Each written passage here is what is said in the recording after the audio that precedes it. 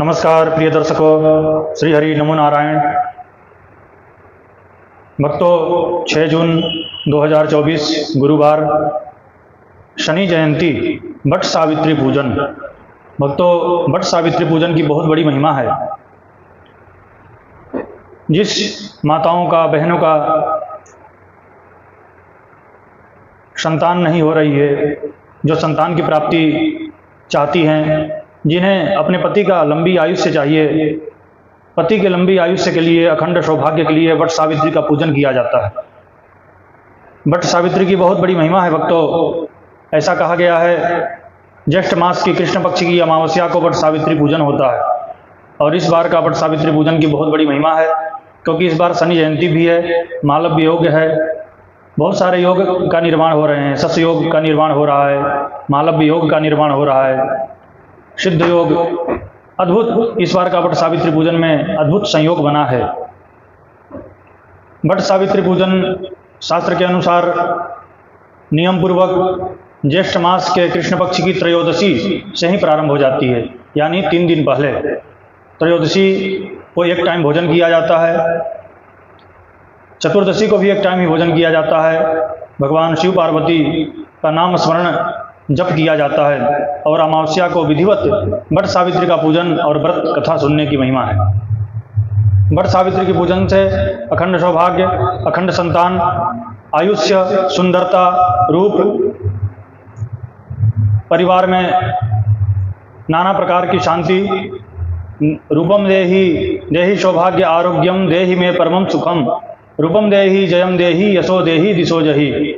वट सावित्री के पूजन से स्त्री का सौभाग्य की प्राप्ति होती है, स्त्री को सौभाग्य की प्राप्ति होती है, रूप की प्राप्ति होती है, यश की प्राप्ति होती है, जय विजय की प्राप्ति होती है, और सुखद आयुष्य जीवन साथी का प्राप्त होता है, पति का प्राप्त होता है, और संस्कारी संतान की प्राप्ति होती है। बहुत बड़ी महिमा है वट सावित्री व्रत की।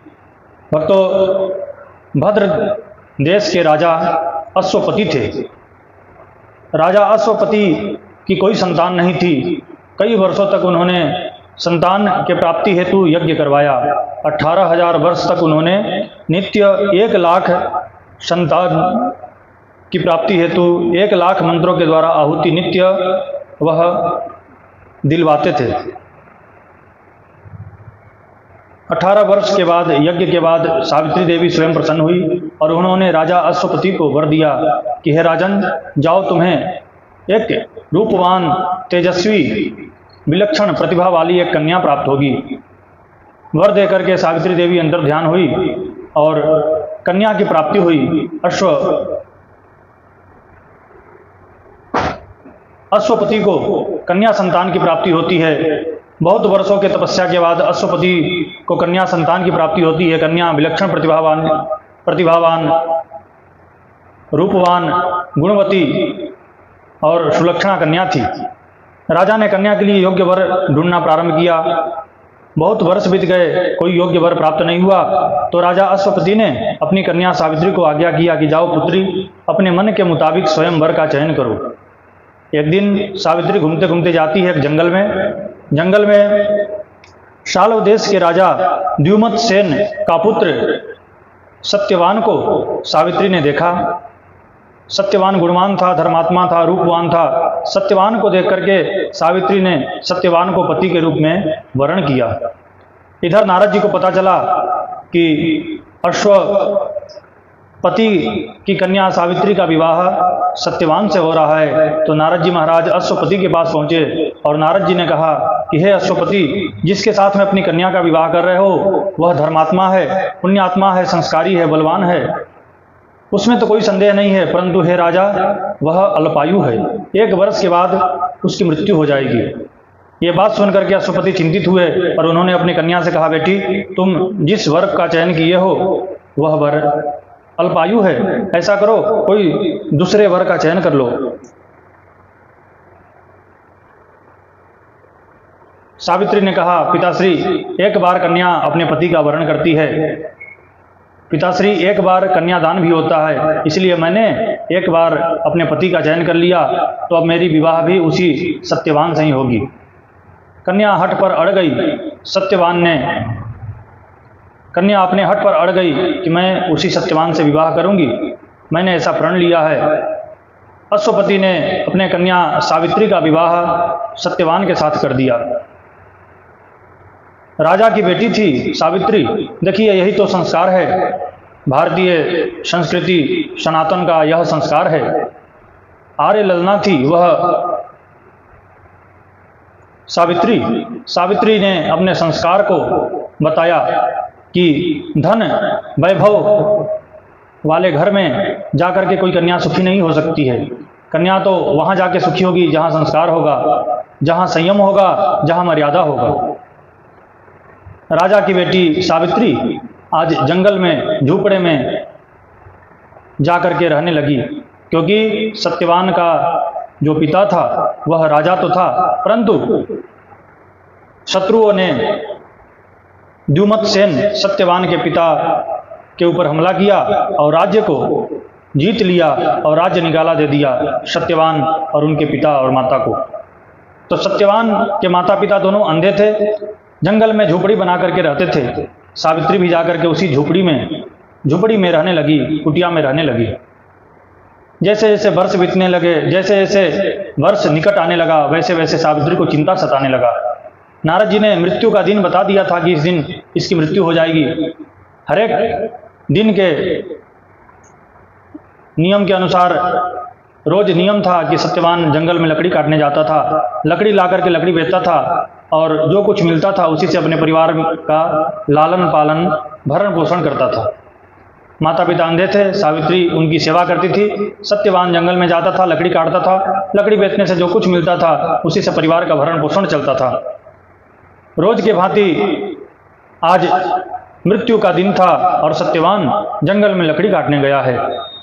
उस दिन संयोग से सावित्री भी अपने पति सत्यवान के पीछे पीछे जाती है।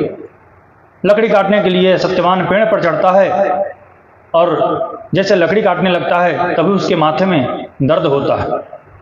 दर्द असहनीय हो रहा था। सत्यवान पेड़ से नीचे उतर जाता है और जमीन पर लेट जाता है।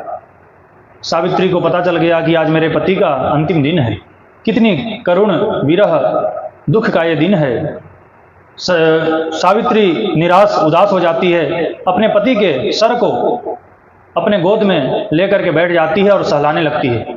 थोड़ी देर के बाद ही वहाँ यमराज आते हैं और यमराज ने कहा कि आज इसका अंतिम दिन है, आज इसे हम लेकर के जाएंगे। यमराज की बात सुन करके सावित्री रोने लगती है और सावित्री ने कहा, महाराज यदि आपको मेरे पति को लेके जाना है, मेरे पति के प्राणों को लेके जाना है, तो मुझे भी आप अपने पति के साथ ले चलिए। यमराज ने कहा, देखो ये विधि का विधान के विपरीत है, आप नहीं जा सकती हैं। जिसका अंतिम समय है, जिसकी आयुष्य पूरी हो गई है, उसे ही हम लेने आते हैं और वही जा सकता है। सावित्री हट करने लगी। जैसे यमराज सत्यवान के प्राण को लेकर के चले, वैसे ही उसके पीछे पीछे सावित्री भी चल पड़ी। यमराज ने कहा, देखो कन्या बेटी, तुम हठ मत करो, ऐसा करो मुझसे कुछ वरदान मांग लो। 3 वरदान मांगा है सावित्री ने। सावित्री ने कहा, महाराज मेरे सास ससुर अंधे हैं, यदि आप वरदान देना चाहते हैं तो उनके आंखों में ज्योति, उनके नेत्रों में वह ज्योति भर दीजिए, जिसके चलते वो संसार को देख सकें। यमराज ने कहा, तथास्तु। दूसरा वरदान मांगा है सावित्री ने कि महाराज मेरे सास ससुर का राज्य शत्रुओं ने हरण कर लिया है। शत्रु राजा ने हमारे सास ससुर को देश निकाला दे दिया है। मेरे सास ससुर का राज्य पुनः उन्हें प्राप्त होवे, यह आशीर्वाद दीजिए। यमराज ने कहा, तथास्तु। 2 वरदान देकर के यमराज चल पड़े। तभी सावित्री फिर से उनके पीछे पीछे चल पड़ी। थोड़े दूर आगे यमराज जाते हैं, देखते हैं कि सावित्री भी पीछे आ रही है। यमराज ने कहा, अभी भी तुम वापिस नहीं हुई, अब बताओ अब क्या चाहती हो। तभी सावित्री ने कहा, महाराज एक और वरदान दे दीजिए।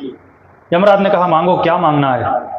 सावित्री ने कहा, महाराज मुझे 100 पुत्रों की मां बनना है, उसका आशीर्वाद दीजिए। यमराज जल्दी में थे, उन्होंने कुछ ध्यान नहीं दिया और तुरंत आशीर्वाद दे दिया, तथास्तु। जैसे आशीर्वाद दिया तथास्तु का, वैसे ही सावित्री पुनः उनके साथ चलने लगी। यमराज ने कहा, अब तो मैंने 3 आशीर्वाद 3 वरदान तुम्हें दे दिया, अब क्या चाहिए, अब क्यों पीछे चल रही हो। तभी यमराज को सावित्री ने कहा, महाराज मैं भारतीय संस्कृति की आदर्श नारी हूँ, मैं अपने पति के अलावा किसी पर पुरुष की तरफ आज तक कोई गलत दृष्टि से देखा भी नहीं। मैं केवल अपने पति के अलावा मैं सती साध्वी नारी हूँ, मैं पतिव्रता नारी हूँ। मैं पति के अलावा संसार में और किसी पुरुष को या तो भाई के रूप में देखती हूँ या तो पिता के रूप में देखती हूँ। इसलिए आपने वरदान दिया है कि मैं 100 पुत्रों की माँ बनूँ, तो मेरे पति को आप लेके जा रहे हैं तो मैं कैसे 100 पुत्रों की माँ बन पाऊंगी। आपका यह आशीर्वाद, आपका यह वरदान झूठा हो जाएगा। यमराज प्रसन्न हुए और उसके पति के प्राणों को लौटा दिए और बोले कि धन्य है ऐसी सती साध्वी नारी। आशीर्वाद दिया है यमराज ने कि जा बेटी, तेरा सौभाग्य अचल रहे, तेरा सौभाग्य अखंड रहे। आशीर्वाद देकर के यमराज चल पड़े। सावित्री प्रसन्न होकर के आती है तो जहाँ पर उसका पति का मृत शरीर रहा था, वहीं यमराज ने जो प्राण यमराज लेकर के जा रहे थे वह प्राणों को यमराज ने छोड़ दिया।